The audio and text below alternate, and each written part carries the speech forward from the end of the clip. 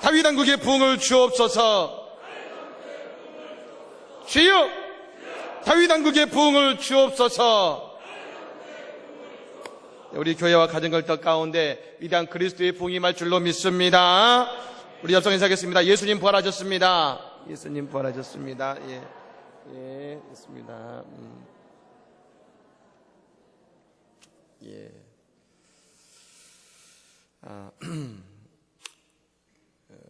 7시 30분으로 시간이 바뀌었습니다. 일찍 오신 분들은 더 기도 많이 하신 줄로 믿습니다. 여러분, 일론 머스크라는 사람이 있습니다. 우리나라에는 잘 알려지진 않았습니다만 대단히 미국의 유명한 사람이지요.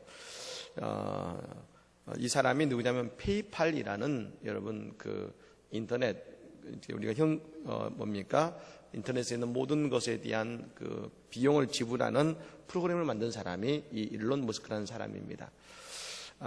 이 사람이 처음에 그 인터넷사 이 창업을 준비하면서 심각한 고민을 했다고 합니다. 어떤 고민을 했냐면, 창업했다가 망하면 어떡하지? 가난한 삶을 버틸 수 있을까? 고민한 것이죠. 여러분, 그러겠지요. 사업을 했다가 망하면, 그리고 사업을 할 때 모든 것을 다 투자를 할 텐데 다 잃어버리면 어떻게 할 것인가 생각하다가 도저히 답이 나오지 않는 겁니다. 그래서 그는 일명 욕구의 실험인 하루 1달러로 살아보기에 실험을 해봤습니다. 하루 1달러. 그래서 대형마트에 가서 여러분, 냉동으로 된 핫도그와 그리고 오렌지를 30불어치가 3만원어치를 산 것입니다. 사가지고 와서 한 달 동안 매일 그것을 먹었습니다. 즉, 돈이 없는 삶이 얼마나 힘든 것인지 한번 측정해 본 것입니다. 근데 한 달을 지내봤더니 살만 하거든요. 핫도그 먹고 오렌지 먹으면서 살만하고 별 스트레스도 없는 겁니다. 더욱이 시간이 남지 않습니까? 구지갈도 하지 않았기 때문에. 그러니까 자기가 하고 싶은 컴퓨터를 마음대로 할 수 있다 보니 오히려 행복하다는 사실을 깨달은 겁니다. 그리고 생각한 것입니다. 한 달에 30불, 3만 원은 벌겠지 하고서 여러분, 그때부터 창업에 뛰어들었습니다. 그리고 여러분, 그런 인터넷, 우주, 친환경 에너지 3가지 분야에 혁신을 일으키고자 노력했는데, 그런데 여러분, 그 사업을 할 때마다 중요한 선택의 순간이 있지 않았겠습니까? 근데 이분은 말하기를 그때마다 자신은 자유로웠다 그랬습니다. 난 자유롭게 그것을 결정할 수 있었습니다. 왜냐하면 돈 걱정 없이 살 수 있다는 것을 확인했기 때문에. 내가 더 투자하고 더 멀리 보고 나아가다가 잘못돼도 30불이면 먹고 살 수 있고 내가 하고 싶은 컴퓨터 마음대로 할 수 있으니 문제없다 하면서 진취적으로 그 사업을 뻗어나간 것입니다. 그래서 그는 페이팔이라는 회사로 수천억 원을 번 이후에 그 돈을 지금은 우주회사와 전기자동차에 재투자를 해서 지금은 테슬라 모터스라는 유명한 여러분 회사의 CEO가 되어 있습니다. 그런 말합니다. 1달러 프로젝트는 누가 시켜서 한 것이 아니라 스스로를 한계 상황에 넣어봐야 답이 나올 때도 있는 것이다. 덕분에 그것 때문에 어디서든 원하는 걸 하면 된다는 확신을 얻었다라고 그분은 이야기를 하는 것입니다. 사랑하는 여러분, 하나님이 우리를 광야로 내모시는 이유가 바로 여기에 있는 것입니다. 우리가 광야 한가운데서 살 수 있다는 것은 뭘 의미할까요? 우리가 광야 속에서도 버틸 수 있다는 것은 우리가 대피와 향락이 가득한 가난의 한가운데서도 내가 하나님의 말씀만 붙들고서도 능히 살 수 있고 그곳에서도 승리할 수 있음을 하나님은 우리에게 보여주시는 것입니다. 오늘 본문은 그와 관련된 말씀인 것입니다. 오늘 본문의 이스라엘 백성들은 오직 살 길은 하나님을 찾는 것밖에 없었습니다. 그들은 언제나 자신들의 문제를 어떻게 풀어왔냐면 이스라엘 백성들이 땜질식의 미봉책의 삶으로 일궈놨습니다. 이 문제 있으면 적당히 넘어가고 그냥 적당히 땜질하는 미봉책의 삶을 살아온 것이죠. 그 말씀이 오늘 19절에 나옵니다. 같이 한번 읽어보겠습니다. 시작. 마치 사람이 사자를 피하다가 곰을 만나거나 혹은 집에 들어가서 손을 벽에 띄었다가 뱀에게 물린 같도다. 아멘. 한 사람이 길을 가고 있었습니다. 우리나라는 뭐 사자가 없지만 여러분 이 중도 지방에는 사자가 있지 않습니까? 가다 사자를 만났습니다. 겨우겨우 사자를 피했습니다. 그랬더니 곰이 나타난 겁니다. 곰이 덤빕니다. 여러분 생사를 건 사투 곁에 겨우 목숨을 건져고 곰에게 도망쳤습니다. 최근에 여러분 레버넌트라는 그 유명한 영화가 있지 않습니까? 레오나르도 디카프리오가 곰과의 사투에서 죽을 목숨이 살아난 여러분 그런 것처럼 어렵게 살아났습니다. 그리고 집에 돌아와서 야 이제 살았다 하고 벽에 손을 대는데 벽에 뱀 한 마리가 있어서 뱀에게 물려 죽은 겁니다. 여러분 하나님께 나오지 않는 여러분 인생은 이스라엘의 말로는 이런 것이라는 겁니다. 매번 미봉책의 인생을 사는 것이 중요한 것이 아니라 근본적인 대책이 없이 언제나 눈앞의 어려움만 피하고 사는 미봉책의 인생은 고난으로 피하는 인생으로 전철되다가 마지막에는 비극적 종말을 맞을 수밖에 없다는 것을 얘기하고 있는 것입니다. 삶 전체를 하나님께 드리지 않고 어려움이 있을 때 그때 잠깐 부르짖어 기도하다가 좀 괜찮아지면 내가 하고 싶은 걸 살다가 또 어려울 때면 또 기도하면서 잠깐 기도하다가 다시금 하나님을 외면하는 인생 그러다가 마치는 것 그런 것이 여러분 우리의 인생의 모습과 같지 않으십니까? 여러분 그러므로 우리는 근본으로 돌아가야 하는 것입니다. 여러분 그러나 이스라엘 백성들은 그 속에서 어려움과 고통을 겪음에도 불구하고 자신들의 삶을 바꿀 생각이 전혀 없었습니다. 그들은 지금은 또 무엇만 바랐냐면 여호와의 날만을 바랬습니다. 여러분 여호와의 날은 어떤 날입니까?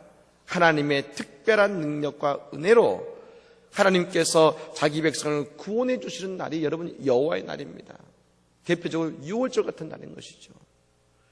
저 애굽에서 고통받고 눈물 전 이스라엘 백성을 하나님의 종인 모세를 보내주셔서 그들을 그 애굽의 도상에서 끄집어내으셔서 하나님의 약속의 땅으로 인도해 가시는 그런 6월절과 같은 여호와의 날. 내게 그런 날이 있으면 돼. 여러분 결국 이스라엘 백성들은 스스로 해야 할 일을 하지 않고 언제나 하나님이 건져주시기만을 바라고 있는 것입니다. 오늘 18절의 말씀에 이런 말씀이 있습니다. 화 있을진저 여호와의 날을 사모하는 자여 너희가 어찌하여 여호와의 날을 사모하느냐 그날은 어둠이요 빛이 아니라. 우린 여기서 하나님을 믿는 신앙 가운데서도 우상 숭배와 같은 신앙과 말씀 중심의 신앙을 보게 됩니다. 여러분 말씀 중심의 신앙 생활의 특징은 뭐냐면 항상 말씀이 옳다고 믿는 겁니다. 여러분 하나님의 말씀은 진리임을 믿으시기를 바랍니다. 그 말씀이 진리이기 때문에 내가 말씀과 충돌하면 내가 틀렸다고 인정하는 것이죠. 그래 말씀에 비추어 보니 내가 잘못 갔구나. 잘못 가면 어떻게 됩니까? 변해되지요. 잘못 가면 어떻게 됩니까? 길을 틀어야 됩니다. 그래서 여러분 내가 변화되는 것 다시 말씀드리면 내 자아가 죽기 전에는 절대로 말씀 중심의 삶을 살 수가 없는 것이 바로 그것이 우리의 모습인 것입니다. 반면 우상 숭배의 삶은 뭡니까? 나의 변화는 없습니다. 여러분 우상한테 전하지 않더라도 내가 변하지 않으면서 나가는 우리의 신앙생활의 길은 여러분, 잘못된 길로 갈 수밖에 없는 여러분 그 씨앗을 우리가 가지고 있는 것입니다. 여러분, 말씀의 생활은 뭡니까? 내가 변하는 것이고 내 길이 새로워지는 것이고 과거와 다른 삶을 사는 것이고 오늘보다 나은 데를 사는 것 아니겠습니까? 여러분, 출애굽기에 보면 이스라엘 백성들은 홍해를 맛보고 난 다음 광야 생활을 하게 됩니다. 여러분, 이때 여러 가지 시험이 닥쳤습니다. 물의 문제입니다. 목은 마른데 쓴물밖에 없습니다. 그때 모세는 하나님의 은혜로 마라의 쓴물을 단물로 바꿉니다. 여러분, 길을 가는데 먹을 것이 다 떨어졌습니다. 배가 고픕니다. 그때 하나님은 여러분 먹을 것의 문제에 만나를 내려주셔서 만나를 먹게 해주셨습니다. 또 길을 가는데 아말렉이 이 이스라엘 백성들을 공격하는 겁니다. 대적의 문제가 생긴 것이죠. 어떻겠습니까? 모세가 두 손을 들면 승리하고 두 손을 내면 전쟁에 지는 것입니다. 아론과 우리 모세의 팔을 붙잡고 함께 기도하자 그들이 승리한 것을 믿으시기를 바랍니다. 즉 물의 문제, 식량의 문제, 대적의 문제를 모두 다 해결받았습니다. 그런데 그것이 끝이 아니라 하나님은 이스라엘 백성들을 위해 좀 더 근원적인 복을 예비해 놓으셨는데 그것은 바로 시내산에서 이스라엘 백성들에게 하나님의 말씀인 율법을 허락하셨다는 것입니다. 즉 삶의 근원적인 해결책으로 하나님의 말씀을 그들에게 주신 것입니다. 여러분, 우리 인생 가운데 어떤 삶은 많은 소리를 누리는 부자도 있기도 합니다. 그런데도 불안하고 절망합니다. 왜요? 영적으로 공허하고 기준이 없기 때문에 그런 것입니다. 여러분, 우리는 알아야 합니다. 인간은 쉽고 평탄한 것만 찾는 존재가 아닙니다. 어느 목사님이 그런 말씀을 하셨습니다. 인간은 영광을 추구하는 존재다. 하버드 총장이었던 나단 부시라는 유명한 총장이 있습니다. 여러분, 하버드가 지금의 유명한 대학이 되는 그 단초를 마련한 여러분 총장이 이 나단 부시라는 총장입니다. 그 많은 아이비리그 가운데서도 독보적인 여러분 대학으로 키운 것이 이 나단 부시라는 총장인데 여러분, 그가 생각할 때 사람들이 원하는 것은 네 가지였습니다.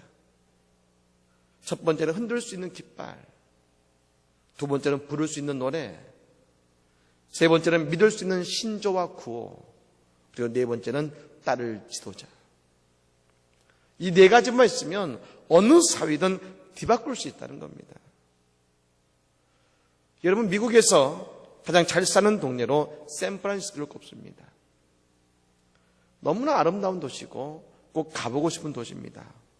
그런데 너무나 아름답고 너무나 잘 사는 그것이 미국 전체의 자살률의 2위를 차지하고 있습니다. 잘 사는데요. 왜요? 진정한 삶의 의미나 행복은 물질에 있는 것이 아니라 정신적인 만족과 영적인 만족이 채워지지 않으면 그 누구도 온전하게 살 수 없다는 것을 우리에게 보여준 것 아니겠습니까? 여러분, 광야의 삶은 먹고 마시고 안전하게 가는 삶이 아니었습니다. 하지만 그들은 편안히 자고 편안히 누울 수 있었습니다. 왜요? 이스라엘 백성들에게 하나님은 그 광야에서 가장 중요한 한 가지를 채워주셨습니다. 그건 바로 하나님과 동행하는 삶을 채워주신 것입니다. 신명기 8장 3절의 말씀이 있습니다. 같이 한번 읽어보겠습니다. 너를 낮추시며 너를 줄이게 하시며 또 너도 알지 못하며 내 조상들도 알지 못하던 만나를 내게 먹이신 것은 사람이 떡으로만 사는 것이 아니요 여호와에서 나오는 모든 말씀으로 사는 줄을 내가 알게 하려 하심이라. 아멘.